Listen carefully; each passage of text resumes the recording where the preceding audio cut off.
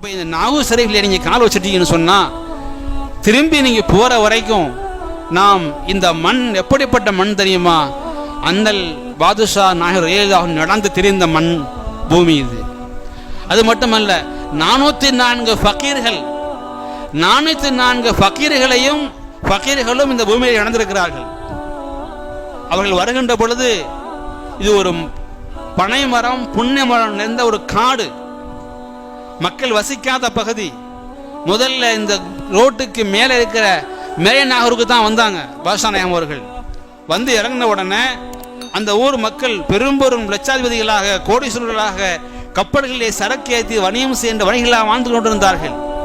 ஆனால் அவர்கள் அண்ணல் பாதுஷா அவர்களை கண்டுகொள்ளவில்லை, அவளை உபரிசரிக்கவில்லை, அவளுக்கு உதவிக்கரம் நீட்டவில்லை, திரும்பி கூட பார்க்கவில்லை. அதனால் அவர்கள் பாதுஷா நாயகம் அவர்கள் நீண்ட உபதேசங்களை செய்தார்கள். அவன் கோபப்பட்டில்லை, அறியாத மக்கள் புரியாத மக்கள் என்று சொல்லி அவர்களுக்கு நீண்ட உரை நிகழ்த்தி அவர்களுக்கு எடுத்து சொன்னார்கள். எவ்வளவு சொல்லி அந்த மக்கள் திருந்ததாக இல்லை, கர்வம் அகந்தையும் தற்பெருமையும் அவர்கள் கூடிக்கொண்டிருந்தது. சரி என்று சொல்லி அந்த ஊரை விட்டு கிளம்பித்தான் இந்த நாகூருக்கு வர்றாங்க. ஆனால் அண்ணல் பாதுஷா நாயகம் அவர்களுடைய சொல்லை மதிக்காததின் காரணமாக, இளைஞர்களுடைய மனதை புண்படுத்தியதன் காரணமாக அந்த மக்களுக்கு மிகப்பெரிய கஷ்டமும் சோதனையும் வேதனையும் இறங்கி அல்லாஹ் தாலா மிகப்பெரிய நோய்களை கொடுத்து துன்பத்துக்கும் சேர்த்தும் அல்லாஹ் என்பது வரலாறு. ஆனால் அண்ணல் பாதுஷா நாயகர்கள் இங்கே வருகின்ற பொழுது இது வெறும் காடாகத்தான் இருந்தது. புன்னை மர காடு, பனை மர காடு. அதுதான் இந்த நாகூர். இப்ப நம்ம பார்க்கிறோம் 28 ஆண்டுகள் இந்த நாகூர் ஷரீஃபிலே வசித்தவர்கள் ஆன்மீக அரசாட்சி புரிஞ்சுக்கிறான் ஹயாத்தாக இருந்து. எத்தனை ஆயிரக்கணக்கான மக்கள், லட்சக்கணக்கான மக்கள், கோடிக்கணக்கான மக்கள் இங்கே வந்தவர்கள் ஆன்மீக பையத்தையும் பெற்று உள்ளத்தை அவர்கள் பரிசுத்தமாக்கி, உடலையும் பரிசுத்தமாக்கி, உடல் நோயையும் நீக்கி அவர்கள் தெளிவான ஒரு மனிதராக இங்கிருந்து திரும்பி சென்றிருக்கிறார்கள். நம்மையும் எல்லாம் அத்தகைய புனிதர்களுடைய கூட்டத்தை சேர்த்து தள்ளுவானாக. அப்படிப்பட்ட சூழ் நமக்கும் எல்லாம் உருவாக்கி தருவானாக. சரி, தர்கா சாஹிபில் உள்ளே நாம் புகழ்ந்து சென்றால் அந்த பாதுஷா நகரில் அவர்கள் வசித்த இடம் எது தெரியுமா? முதுபக்குன்னு சொல்லுவாங்க. இந்த வாசல கிழக்கு வாசல் வழியா உள்ள போனா வலது பக்கத்தில் யா ஹுசைன் மண்டபம் ஒன்று இருக்குது. அதுக்கு சைடில் நீங்க போனா உள்ள ஒரு வாசம் ஒன்று இருக்கும். அதுதான் பாதுஷா நகர்கள் வசித்த இல்லம்.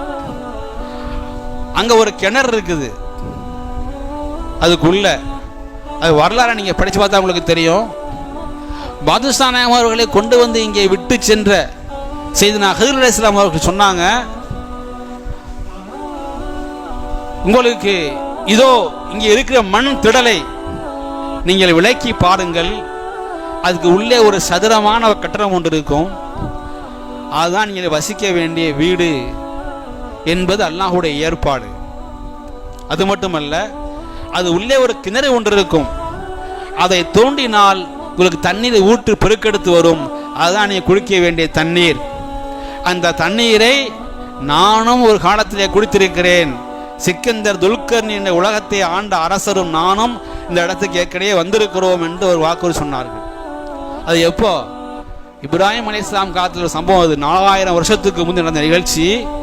அப்பொழுது கட்டப்பட்ட அந்த கட்டடம் மண்மூடி மறைந்திருக்கிறது, நீங்க தோண்டி பாருங்கன்னு சொன்னாங்க. அதுக்கு பிறகு பாதுஷா நாயகம் அவர்கள் தோண்டி அந்த தண்ணீர் இன்றைக்கும் இருக்கிறது, அந்த கட்டடம் இன்றைக்கும் இருக்கிறது. ஆனால் அங்கே ஆண்கள் செல்ல முடியாது. செய்தனா பாதுஷா நாயகம் வாழ்ந்த இடமாக இருப்பதன் காரணமாக, அந்த இடத்தில் அந்த குடும்பம் வசித்ததின் காரணமாக, சீதனா யூசுப் நாயகத்துடைய குடும்பம் வசித்ததின் காரணமாக பெண்கள் மட்டுமே இங்கே செல்ல வேண்டும், தங்க வேண்டும் என்று தடுக்கப்பட்டிருக்கிறது. ஆனால் கிணத்துல தண்ணி வேணும்னா யாரும் கேட்டு வாங்கி குடிக்கலாம். அது ஒன்றும் பிரச்சனை, வெளியே நின்று கேட்டு வாங்கி குடிக்கலாம். இது ஏன் சொல்ல? அதே போல அவர்கள் குளிப்பாட்டப்பட்ட இடம் வலதுபுறத்து உள்ள நுழைஞ்ச உடனே, இங்கிருந்து கிழக்கு வாசல் உள்ள போன உடனே வலதுபுறத்தில் உள்ள அந்த ஆசுரா மண்டபம், அவர்களுடைய ஜனாசா தொழு வைக்கப்பட்ட இடம். அதற்கு அடுத்து பீர் அமர்ந்திருக்கிற உட்கார வைக்கப்பட்டிருக்கிற பீர் மண்டபத்தில் தான் அவர் ஜனாசா தொழுகை வைக்கப்பட்டது.